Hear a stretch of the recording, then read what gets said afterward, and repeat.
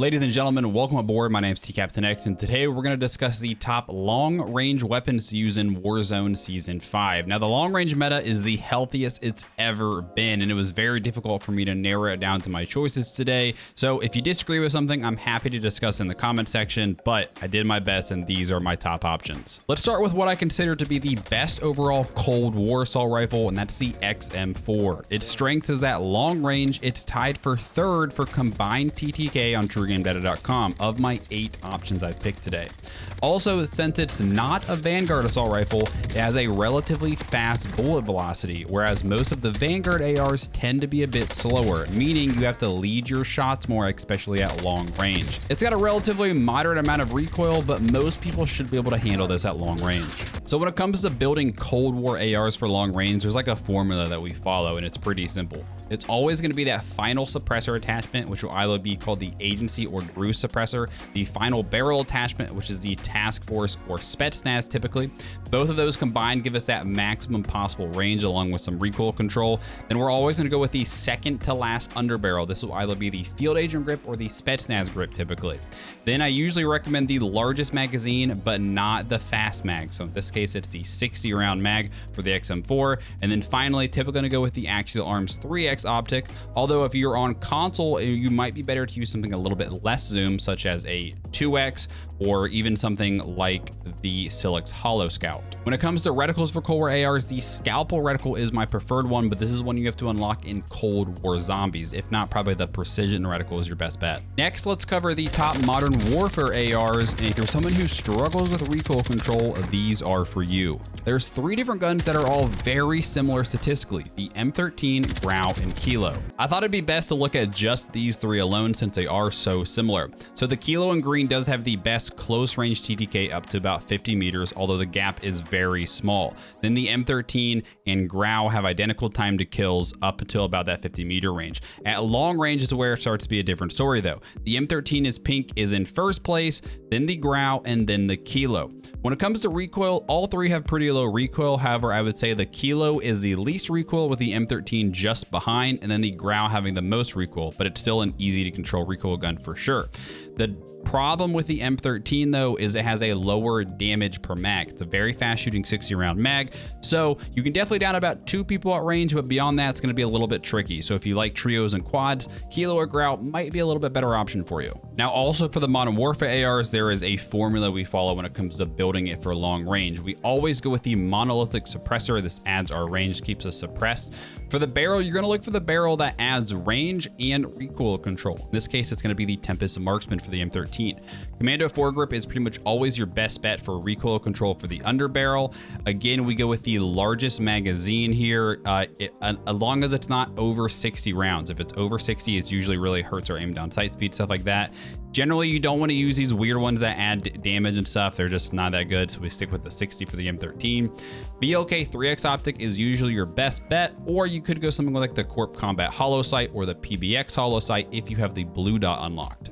So for the Kilo, it's an identical build, but we're going to use the Singard Arms 19.8 Prowler barrel. And then for the Grau, same thing, but it's the Tempest 26.4 Archangel barrel. Now for the Grau does have some of the cleanest iron sights in the game. And if you're on console, because of that higher FOV, you might be better to stick with the iron sights. In that case, I'd recommend either going with the tack laser for a little bit faster aim down sight speed, or you could go with something like the rubber grip for a little bit better recoil control. Statistically speaking, the Cooper Carbine is one of the best options in Warzone currently. Its time to kill is solid at all ranges, but recently it did receive a nerf to its horizontal recoil, aka visual recoil. It also has one of the slowest bullet velocities, so using it at long range can be a bit tricky to hit your shots despite its actual recoil being pretty low.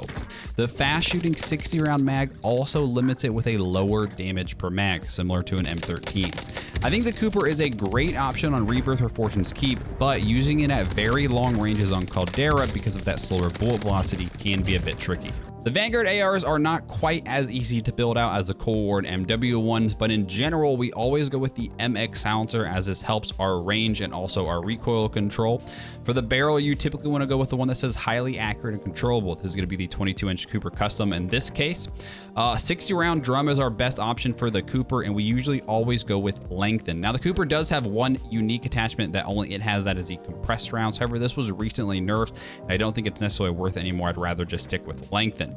Because of that increased horizontal recoil control they did to the Cooper, I like to reduce the horizontal recoil control as much as possible, so I go with the strife angled underbarrel and the hatch grip. Then for the stock, going with the Cooper 45W, this helps with that sustained recoil. For the perks, you have a few different options. I think hard scope is probably best. They nerfed tight grip a little bit, so it doesn't work as well as it used to. Brace is a good option as well, though. And then perk 2 generally always go fully loaded on our ARs. However, you can go with on hand because this does just slightly help our aim down sight speed. When it comes to the optic, this did change a bit recently. It used to be the 3 to 6x optic was the go-to. However, this was nerfed and now has sniper glint. My favorites have been the M38 Slate 2.5 custom. You can, if you want, also toggle to a red dot, although you don't need to. But another good option that I think a lot of people are sleeping on, if I can find it here, is going to be the 3.25x custom. It's a higher zoom, but it actually helps our recoil control surprisingly, and I like it quite a bit. My personal favorite AR this season has been the Automaton, mainly because of its very smooth recoil and fast fire rate, but it has a better damage per mag compared to other fast shooting guns with its 75 round mag. It also feels the most snappy out of all the options today with the fastest aim down sight speed and good overall movement speed.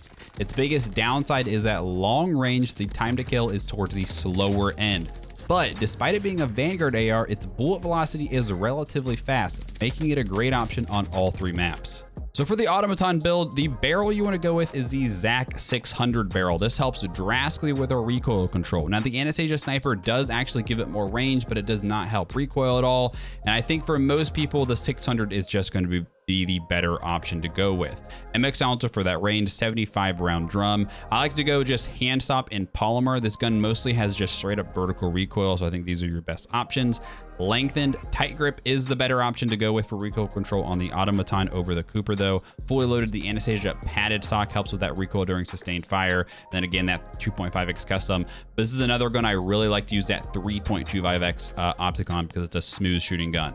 If you want something that's snappy but also has great TTK, then the Nikita is for you. It dominates time to kill up to about 40 meters, and it's still solid beyond that. However, it has much more recoil than many of these other options. So I recommend this for the higher skilled players and probably wouldn't use it on Caldera.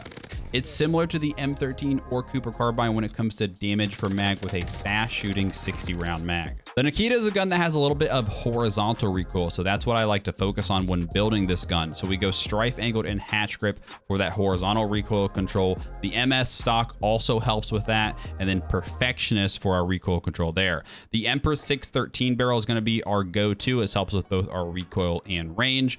Lengthened, fully loaded, and then again that M38 Slate 2.5 custom optic. And lastly, the most popular long-range option this season actually has not been an assault rifle, but an LMG, and that's the UGM. The UGM dominates in time to kill at both close and long range. It's got a fast-shooting 125 round mag that's easy to control recoil.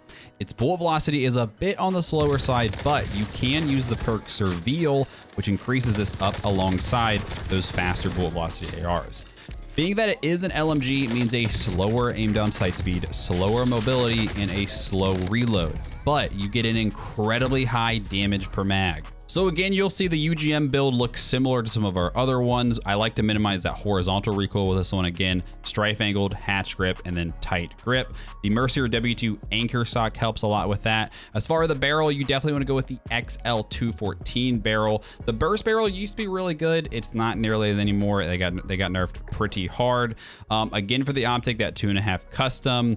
The 125 round box is definitely what you want to go with because it's got good TTKs and easy to control recoil. recoil. Now, if you do play Caldera and you want to sacrifice just a little bit of recoil control, you can use Surveil for that faster bullet velocity. But overall, I think Tight Grip is quite a nice addition, and I think it'd be worth just getting used to that slower bullet velocity. So guys, that's gonna wrap up our long range meta discussion today. If you're looking for the best SMGs, I covered that in yesterday's video, which you can go check out here. Like I said, I'm sorry if I left some guns out that you like. I'm happy to discuss it. There's easily like 10 more guns that you could argue to make into this top 8 that I've done today, but these are my top 8. So guys, thanks for watching. If you're new here, if you want to keep up on the meta in Warzone, consider subscribing, and see you in the next one.